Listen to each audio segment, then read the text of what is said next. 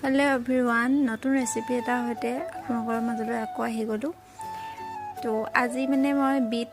beet boil কৰি এনেকৈ উতলাই পেলাই পানীখিনি খাম তাৰ ৰসখিনি তো কেনেকৈ খাও হেয়াকে ভাবিলো আপোনালোকৰ মাজতো শেয়াৰ কৰো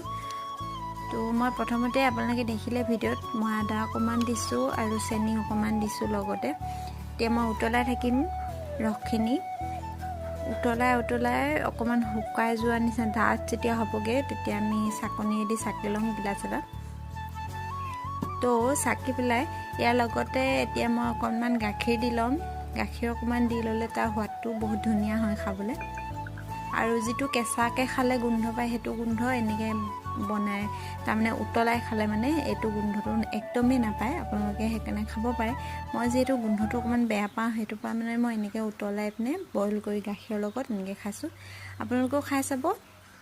খাই নিশ্চয় ভাল পাব